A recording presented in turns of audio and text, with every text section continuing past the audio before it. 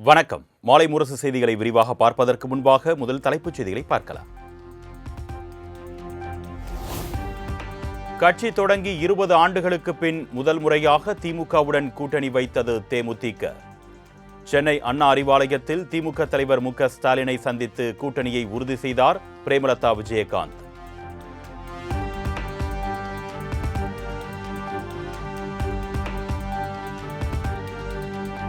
நிர்வாகிகள் தொண்டர்கள் விருப்பத்தின் பேரிலேயே முழு மனதுடன் மகிழ்ச்சியுடன் திமுகவுடன் கூட்டணி அமைத்துள்ளோம். திமுக கூட்டணியில் இணைந்தது தொடர்பாக தேமுதிக பொதுச் செயலாளர் பிரேமலதா விஜயகாந்த் விளக்கம். தேசிய முற்போக்கு திராவிட கழகமும் திராவிட முன்னேற்ற கழகமும் இன்றையிலிருந்து நம்ம கூட்டணியை உறுதி செய்திருக்கிறோம். இந்த கூட்டணி நான் எப்பவும் சொல்றது போல எங்க கழக மாவட்ட செயலாளர்கள், நிர்வாகிகள், தொண்டர்கள் விருப்பம் இந்த முறை திமுகவுடன் கூட்டணி வைக்க வேண்டும் என்பதுதான். அந்த வகையில் எங்க கழகத்தை சேர்ந்தவர்கள் விரும்பிய இந்த கூட்டணியை கேப்டன் இல்லாத இந்த நேரத்தில் அமைஞ்சிருக்கிற தேசிய முற்போக்கு திராவிட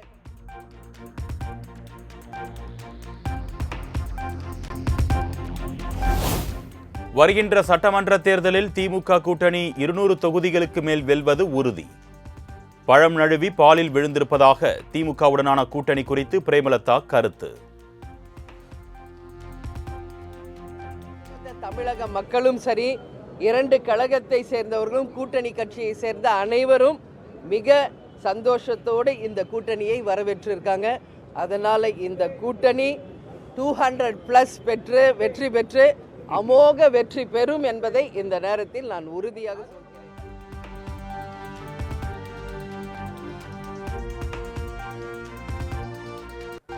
தேமுதிக மதசார்பற்ற முற்போக்கு கூட்டணியில் இணைந்திருப்பது பெருமகிழ்ச்சி அளிப்பதாக திமுக தலைவரும் முதலமைச்சருமான மு.க. ஸ்டாலின் எக்ஸ் தளத்தில் பதிவு.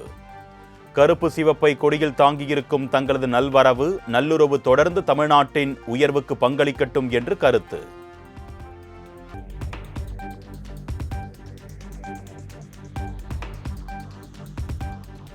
கூட்டணி குறித்து முடிவெடுப்பது அந்தந்த கட்சி தலைவர்களின் விருப்பம். திமுக கூட்டணியில் தேமுதிக இணைந்திருப்பது குறித்து அதிமுக பொதுச் செயலாளர் எடப்பாடி பழனிசாமி கருத்து.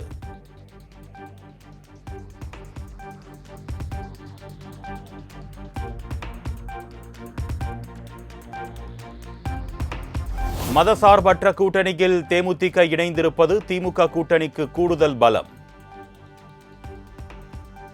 தேமுதிகவின் கூட்டணி முடிவு என்டிஏ கூட்டணிக்கு பலவீனமாகத்தான் அமையும் என்று துணை முதலமைச்சர் உதயநிதி ஸ்டாலின் கருத்து.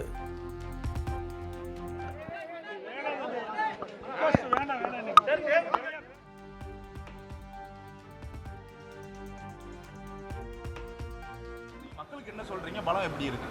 நிச்சயமாக மதச்சார்பற்ற முற்போக்கு கூட்டணிக்கு தேசிய முற்போக்கு திராவிட முன்னேற்ற கழகத்துடைய கூட்டணி மிகப்பெரிய ஒரு பலமாக இருக்கும். வருகின்ற தேர்தலில் தமிழ்நாட்டு மக்கள் அது நிச்சயமாக மதச்சார்பற்ற முற்போக்கு கூட்டணிக்கு தேசிய முற்போக்கு திராவிட முன்னேற்ற கழகத்துடைய கூட்டணி மிகப்பெரிய ஒரு பலமாக இருக்கும். வருகின்ற தேர்தலில் தமிழ்நாட்டு மக்கள் அதை ரூட் செய்வாங்க. அதிகமான இயக்கங்கள் நம்முடைய கூட்டணியும் நம்முடைய தலைவரையும் தேடி இந்த கூட்டணி இன்னும் பெரிய பலம் சேர்க்கறதுக்காக தான் அவங்க வந்துட்டு.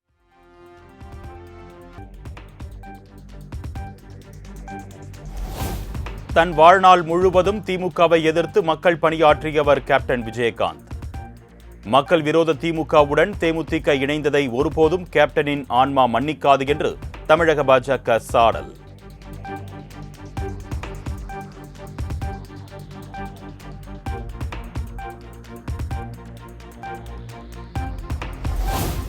திமுக கூட்டணியில் தேமுதிக இணைந்த நிலையில் கோயம்பேட்டில் உள்ள விஜயகாந்த் நினைவிடத்தில் பிரேமலதா மரியாதை.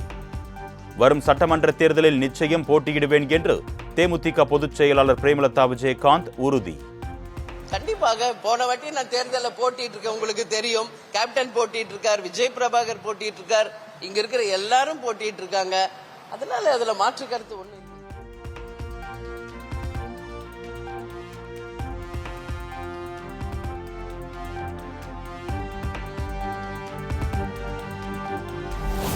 திமுக கூட்டணியில் தேமுதிக இணைந்திருப்பதால் காங்கிரஸ் கட்சிக்கு எந்த அழுத்தமும் இல்லை. கடந்த 2 ஆண்டுகளாகவே தேமுதிகவை கூட்டணிக்கு கொண்டு வர வேண்டும் என்று தான் கூறி வந்ததாக செல்வ பெருந்தகை விளக்கம்.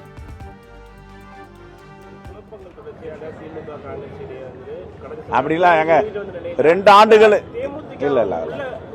இல்ல அதெல்லாம் ஒரு அழுத்தம். 2 ஆண்டுகளுக்கு முன்னாடி தலைவர் முத்தமிழறிஞர் கலைஞருடைய பிறந்தநாள் விழாவில் நான் தான் முதல் திராவிட முன்னேற்ற கழகம் ஏற்றுக்கொண்டால் தேசிய முற்போக்கு திராவிட கழகத்தை தேமுதிகவை இந்தியா கூட்டணிக்குள் கொண்டு வர வேண்டும் நான் கோரிக்கை வச்சேன். அதற்கு சம்பந்தமே கிடையாது. இன்னும் எத்தனை கட்சிகள் இணைந்தாலும் இந்த கூட்டணி வலிமை பெற போகிறது.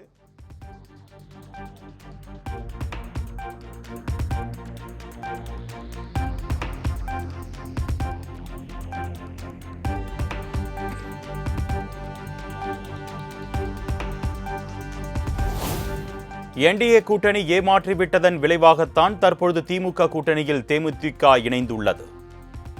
திமுக கூட்டணியில் தேமுதிக இணைந்தது குறித்து செல்வ பெருந்தகை மாலை முரசு தொலைக்காட்சிக்கு பிரத்யேக பேட்டி. அதிமுக கூட இருந்தாங்க, ஆனால் அங்கிருந்து இங்கே வந்துட்டாங்க. சரியான மரியாதை கொடுக்கப்படல நினைக்கிறீங்களா? உங்களுக்கு சரியாக மரியாதை கொடுத்தா அங்கே தானே இருந்திருக்கணும். அங்கேருந்து வருவதற்கு என்ன காரணம்? அவங்கள சரியான மரியாதை கொடுக்கல. சுயமரியாதை உள்ளவர்கள், சுயமரியாதை கட்சிக்காரர்கள் அங்கிருந்து வந்து சுயமரியாதை கொடுக்கின்ற, சுயமரியாதை இருக்கின்ற இடத்திற்கு வந்திருக்கிறார்கள். அதை வரவேற்கிறோம்.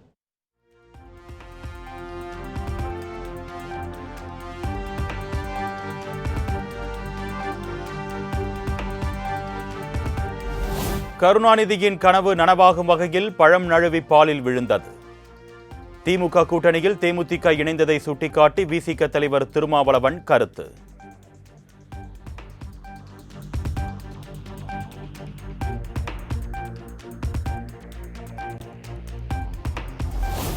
கிரக நிலையை பொறுத்தவரை என்டிஏ கூட்டணிக்கு அஷ்டமத்தில் சனி, திமுகவுக்கு 9இல் குரு இருப்பதாக சட்டப்பேரவையில் அமைச்சர் தங்கம் தென்னரசு பேச்சு. கிரக நிலையில் நம்பிக்கை இல்லை என்று கூறியவர்கள் எல்லாம் இன்றைக்கு ராசி பார்க்க தொடங்கிவிட்டதாக நயினார் நாகேந்திரன் பதிலடி.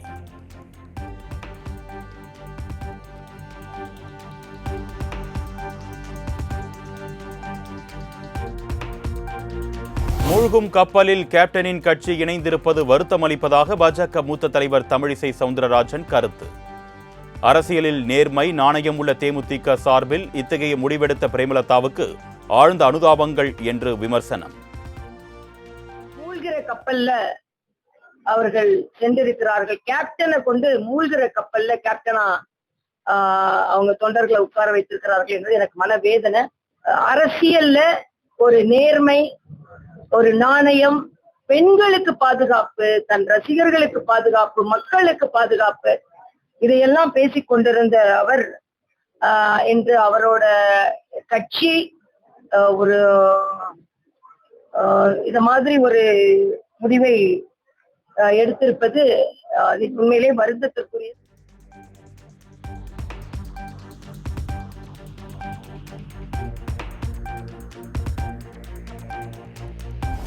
திமுக கூட்டணியில் தேமுதிக இணைந்திருப்பது வரவேற்கத்தக்கது என்று மாணிக்கம் தாக்கூர் எம்பி கருத்து.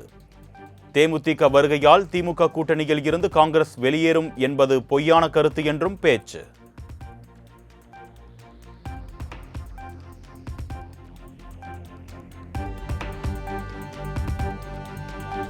விஜயகாந்தின் அரசியல் வாழ்க்கையை முடிப்பதற்கு திட்டமிட்ட திமுகவுடன் தேமுதிக கூட்டணி வைத்திருப்பதை மக்கள் ஒருபோதும் ஏற்றுக்கொள்ள மாட்டார்கள்.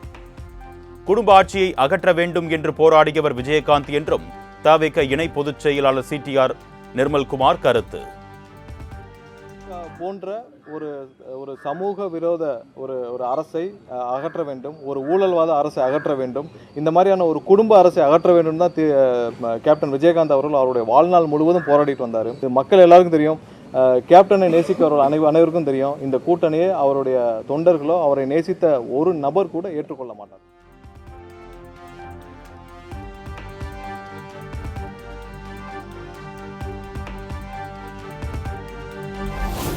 தேமுதிக நிர்வாகிகளின் விருப்பப்படியே திமுகவுடன் கூட்டணி வைத்திருப்பதாக அக்கட்சியின் பொருளாளர் எல்.கே. சுதீஷ் கருத்து.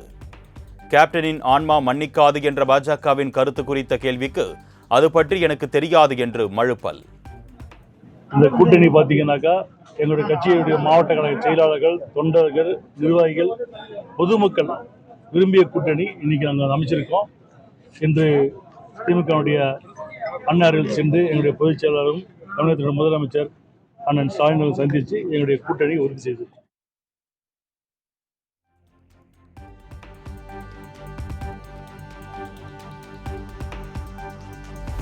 இரண்டாயிரத்து 26 சட்டமன்ற தேர்தலில் திமுக சார்பில் போட்டியிட இன்று முதல் விருப்ப மனு விநியோகம்.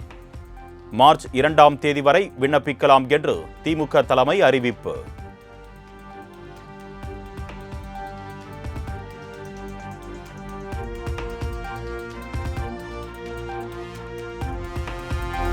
முதலமைச்சர் மு.க. ஸ்டாலின் தலைமையில் இன்று மாலை திமுக மாவட்ட செயலாளர்கள் கூட்டம்.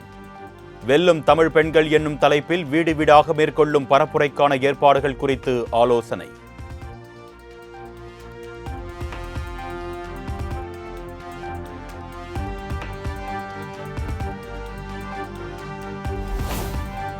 திமுக நிர்வாகியும் மு.க. அழகிரியின் ஆதரவாளருமான எஸ்.ஆர். கோபி எடப்பாடி பழனிசாமி முன்னிலையில் அதிமுகவில் இணைந்தார். திமுகவில் உண்மையாக உழைப்பவர்கள் புறக்கணிக்கப்படுவதாக எஸ்.ஆர். கோபி குற்றச்சாட்டு.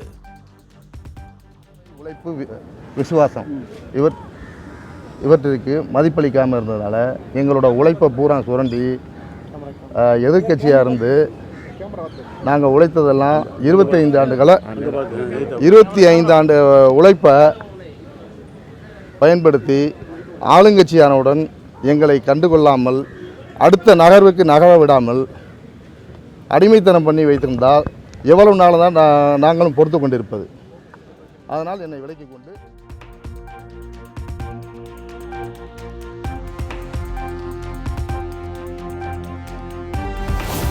எதிரிகளையும் துரோகிகளையும் வேறறுக்க ஒன்றுபடுவோம் என்று தனது ஆதரவாளர்களுக்கு சசிகலா அழைப்பு.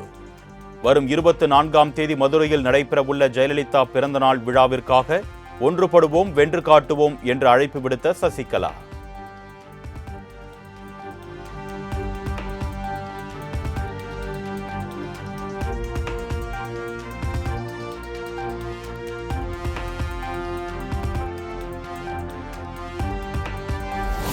இனி ஒவ்வொரு ஆண்டும் கோடைக்கால சிறப்பு தொகை வழங்கப்படும். தமிழக சட்டப்பேரவையில் அமைச்சர் கீதா ஜீவன் அறிவிப்பு.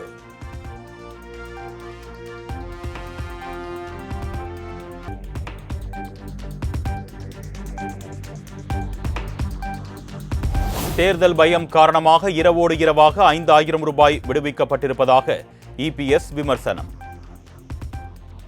தேர்தல் உஷ்ணத்தால் கோடைக்கால சிறப்பு தொகை வழங்கப்பட்டிருப்பதாகவும் இடைக்கால பட்ஜெட் மீதான விவாதத்தில் பேச்சு.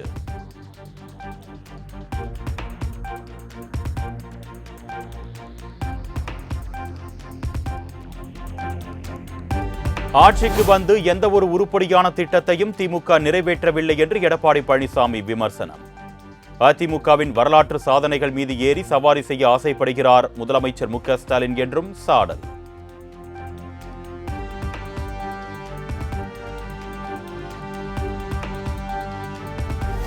இந்திய மீனவர்களை விடுவிப்பதற்கு உடனடி தூதரக நடவடிக்கை எடுக்க வேண்டும். வெளியுறவுத்துறை அமைச்சர் ஜெய்சங்கருக்கு முதலமைச்சர் மு.க. ஸ்டாலின் கடிதம்.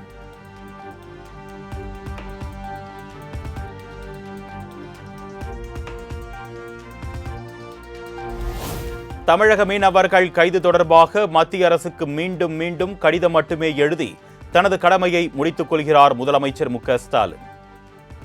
தமிழ் மீனவர்கள் தொடர்ச்சியாக கைது செய்யப்படும் பேரவலத்திற்கு கச்சத்தீவை மீட்பது ஒன்றே நிலைத்த தீர்வாக அமையும் என்று சீமான் வலியுறுத்தல்.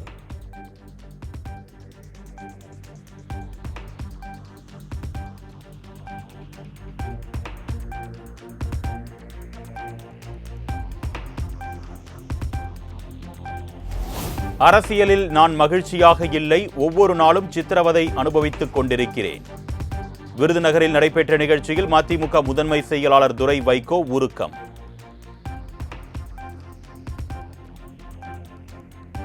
கிடையாது, ஒவ்வொரு நாளும் சித்திரவதை அனுப்பிச்சுட்டே இருக்காங்க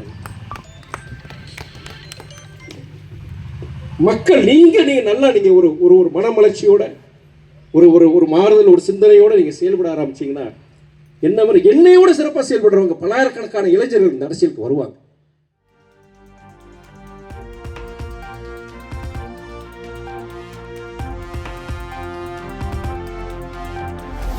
பாமக தலைவராக தன்னை பதிவு செய்யும் வரை தேர்தல் தேதி அறிவிப்பை தள்ளி வைக்க வேண்டும் என்ற ராமதாஸ் தொடர்ந்த புதிய வழக்கு சென்னை உயர்நீதிமன்றத்தில் இன்று விசாரணை.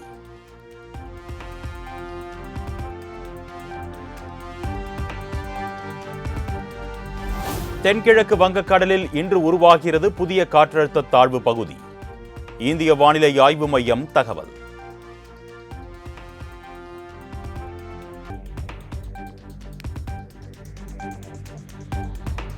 கன்னியாகுமரி, நெல்லை, தூத்துக்குடி, தென்காசி, விருதுநகர், தேனி ஆகிய 6 மாவட்டங்களில் நாளை கனமழைக்கு வாய்ப்பு. திண்டுக்கல், மதுரை, தேனி ஆகிய 3 மாவட்டங்களில் நாளை மறுநாள் கனமழை பெய்யக்கூடும் என்றும் சென்னை வானிலை ஆய்வு மையம் அறிவிப்பு.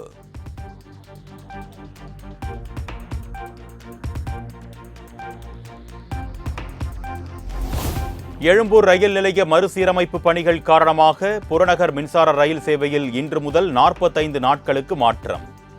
கிளாம்பாக்கம், தாம்பரம், செங்கல்பட்டுக்கு வழக்கமான பேருந்துகளுடன் கூடுதல் பேருந்துகள் இயக்கப்படும் என்று மாநகர போக்குவரத்து கழகம் அறிவிப்பு.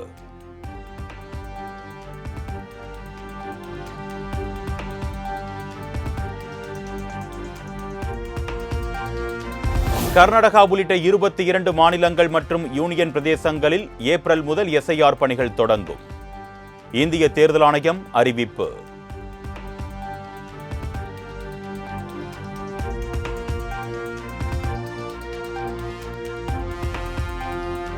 சமூக நீதி என்ற பெயரில் பேருந்து பயணம், உணவு என எல்லாவற்றையும் இலவசமாக கொடுத்துவிட்டால் மக்கள் ஏன் வேலைக்கு செல்ல வேண்டும்?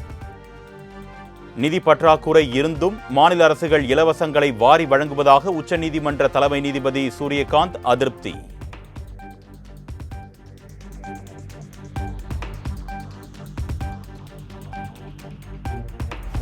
ஏஐ உள்கட்டமைப்பு மற்றும் தொழில்நுட்ப மேம்பாட்டிற்காக 10 லட்சம் கோடி ரூபாய் முதலீடு செய்ய போவதாக முகேஷ் அம்பானி அறிவிப்பு. இந்தியாவின் ஏஐ மாற்றத்தில் ஜியோ இன்னும் பெரிய பங்கை வகிக்கும் என்றும் ஏஐ டெல்லி உச்சி மாநாட்டில் பேச்சு.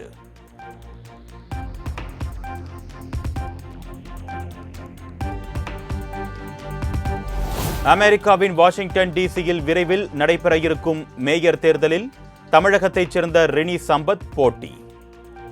தேனி மாவட்டத்தை பூர்வீகமாக கொண்ட ரினி சம்பத் ஜனநாயக கட்சி சார்பில் போட்டியிடுகிறார்.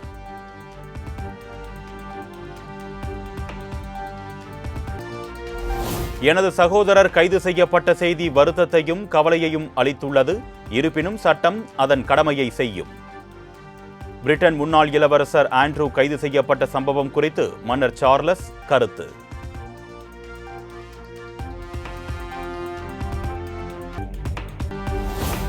ஸ்பைஸ்ஜெட் விமான நிறுவனம் தனது வான்வெளியை பயன்படுத்துவதற்கு வங்கதேசம் தடை விதிப்பு.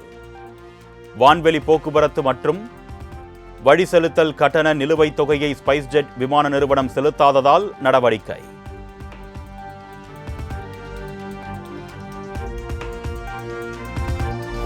T20 உலகக்கோப்பை தொடர் லீக் போட்டியில் 82 ரன்கள் வித்தியாசத்தில் கனடாவை வீழ்த்தி ஆப்கானிஸ்தான் அணி அபார வெற்றி. மற்றொரு ஆட்டத்தில் 6 விக்கெட்டுகள் வித்தியாசத்தில் ஜிம்பாப்வே அணியிடம் வீழ்ந்தது இலங்கை.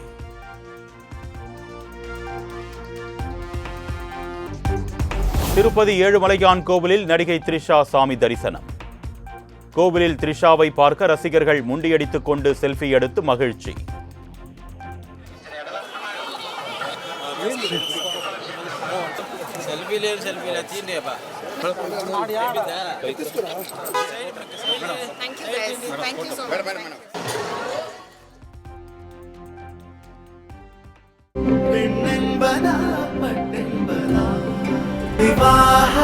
மணப்பெண்ணின் பிரத்யேகமான திருமணம் விவாஹா தி சென்னை சில்க்ஸ்.